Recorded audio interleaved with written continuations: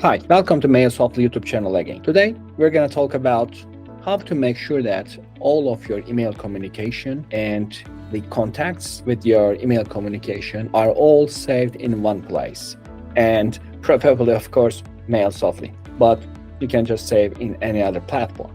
So let's dive in. So first of all, why it is important, right? So why it is important that all of your communication via email should somehow be accumulated in one place, so that you know what contacts you are interacting with or you interacted last, right? So to make sure that that happens, you need to have some kind of integration. So that's why actually with Mailsoftly, and not just Mailsoftly, with other tools too, there are some a lot of integration possibilities. So today we're going to talk about that. So let's start with just general emails, right? So let's say that you're using Gmail or G Suite as your company email, or Outlook, or Yahoo, or any other email. So how to make sure that when you send an email to someone, it automatically is saved to some of your contact bucket, I would call. So that contact list bucket can be Mailsoftly contacts, right? So how to do that? So there's a couple of options actually. One of the easiest ways is actually integrating with Zapier and Mailsoftly. So Mailsoftly has a native integration with Zapier. So, and Zapier, it's for free. You can go ahead and create, you can just connect your Gmail, Outlook, or Yahoo account with Zapier.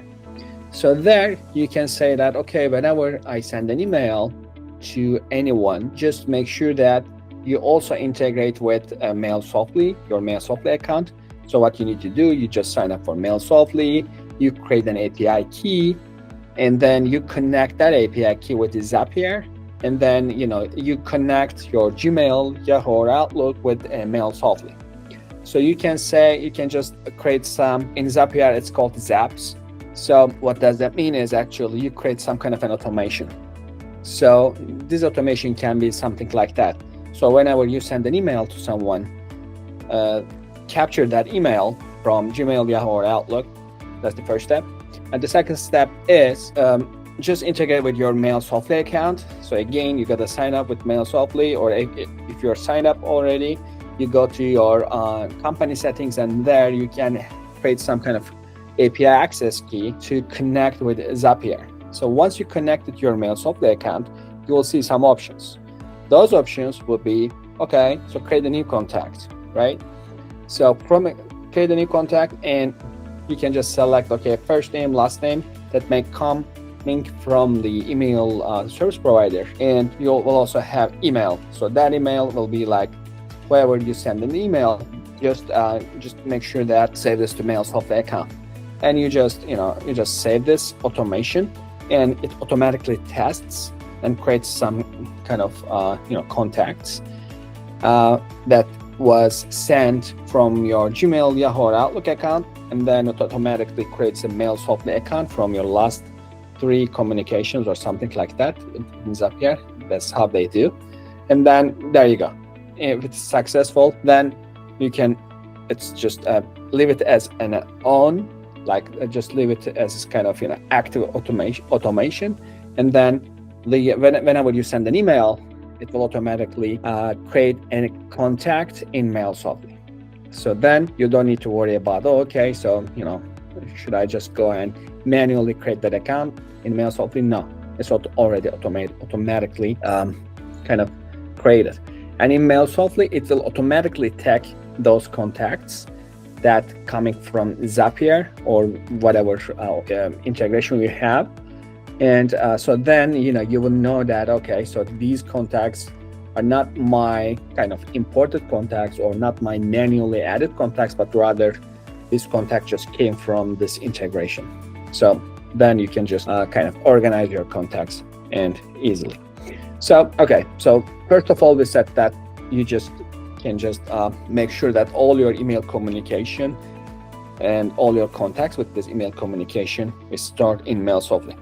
And then whether you want to just send them kind of a follow-up email from Mailsoftly, or if they're already opt-in, you want to send newsletters to them, it just it's up to you after that. You can decide it. You don't need to just automatically send emails right away, but whatever you're going to do, you will decide. So that's one thing. The other thing is actually, of course, so what are the other sources of email communication that you're doing, right? How these emails, you can collect these emails. So you can collect those emails via, of course, from your visitors. Whenever someone visits your website, right? So it's interesting. There are some tools that can say whoever visited your website, especially in the US. So whenever someone just visits your website, it's anonymous. You don't know, right? They should just leave something like, they should just maybe put their, unless they just create some kind of form and leave their emails, you don't know them.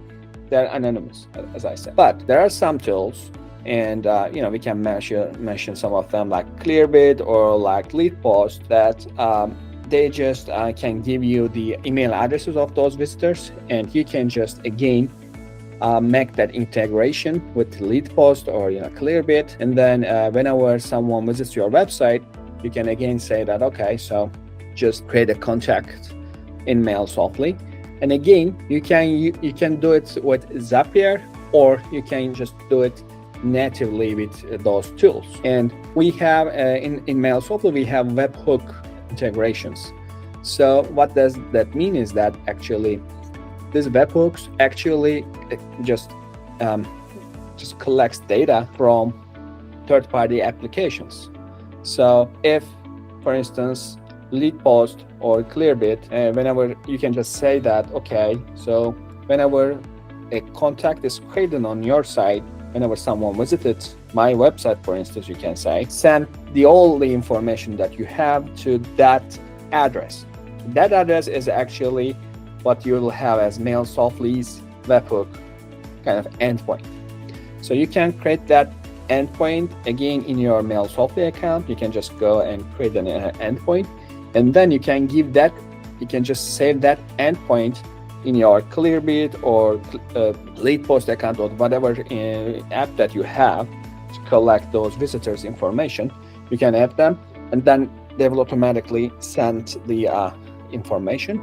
And then you will come again to Mailsoftly, and you will just adjust that information, and Mailsoftly will automatically strip that, kind of strip that information, and it's going to just gather the necessary information like email addresses and etc., and it will save them as new contacts. And again, Mailsoftly will tag them as coming from those kind of applications. So you'll already know that, okay, so these contacts, for instance, let's just recap. So first, there are some contacts that are coming from your Gmail, Yahoo, or Outlook. Okay, they will be organized like that. And the other one is, okay, so website visitors, right? So anonymous website visitors, but now you know them a little bit, and then you'll have those contacts in your Mailsoftly account. So the other one. So the third one is actually you can have, like, of course this is easy, of course, forms. So whatever form you have, you can just make sure that all those form information is fed into Mailsoftly account, and make sure that you have those emails, this contact information in Mailsoftly. So this can be either like contact form, like what happens when someone just fills out a contact form. So they enter their first name, last name, email, and some kind of message, right? So you can just you can create those forms directly in Mailsoftly, and you can embed to your website, or you can just use standalone, again, Mailsoftly landing pages, and you can embed those forms in your landing pages. Again, they will automatically be in Mailsoftly's contact index page, but you may use other forms as well. You may use job form, you may use other forms. We also have integrations with those forms. Again, you can either do this in Zapier, or again natively in Mailsoftly and with the other third-party applications. Again, make sure that all the contact information all the form information actually is again saved in Mailsoftly. And then there you go, you have the third coming influx of contact information coming to Mailsoftly, and your contact lists are just gonna grow. You can think of it as like some kind of a pool, some kind of a bucket, right? So those bucket is filled with contact information. So one of the main, of course, flow of this bucket would be importing your first contact list from maybe, you may be using some other email kind of providers, or like email marketing software, or this may have coming from your CRM system, whatever you have, or from maybe LinkedIn export, or your contact export from your phone, whatsoever. So first of all, the big amount of that flow will be coming from importing your first initial contacts, maybe thousands of contacts. But then you got to make sure that the flow of new contact information is flowing into your contact database, right? So that's the thing. So we are just opening kind of new flows, new flows, so that this contact list bucket is filling constantly. So form information, as I said, it can be email subscriber forms, it can be lead magnets, it can be contact information, it can be anything that it can be event registration forms, right? Again, or webinar kind of forms, etc. So another maybe fourth thing would be can be Facebook or Google Ads, or other kind of paid ads. So that you can also collect some of the emails from there, right? Again, you can integrate those. Again, using maybe Zapier will be an easy choice. Again, you will integrate with your LinkedIn ads, or Google Ads account, or Facebook, Instagram, whatever you have, and then they will make sure that create a new contact in Mailsoftly. You will have another flow. So what else we have? So let's see. If you are running an e-commerce platform, for instance, oh my gosh, so you have a lot of contacts, of course. So with those e-commerce platforms, you can use Mailsoftly's Shopify integration, but again, you don't need to use that, or you can use our API and webhooks, or again with some kind of Zapier tools that you can again integrate your systems with Mailsoftly. And e-commerce platform is another very deep kind of topic. We're going to discuss it in separate video probably, but again, you have a lot of contacts there, and you should make sure that they are in your general contact list, and make sure that you are nurturing those contacts, because they're so valuable. So another channel that you can just maybe think about is your business communication tools, right? So Microsoft Teams, Slack, Zoom, whatever you have here. So those platforms also include emails. So make sure that you also integrate with Zapier, or our webhook, or our API, so that you again, each time, whenever you just have some communication, you again flow your contact list into the Mailsoftly. And of course, we just talked about social media, newsletter, event management, webinar. So another one is actually, this is interesting, accounting and invoicing, right?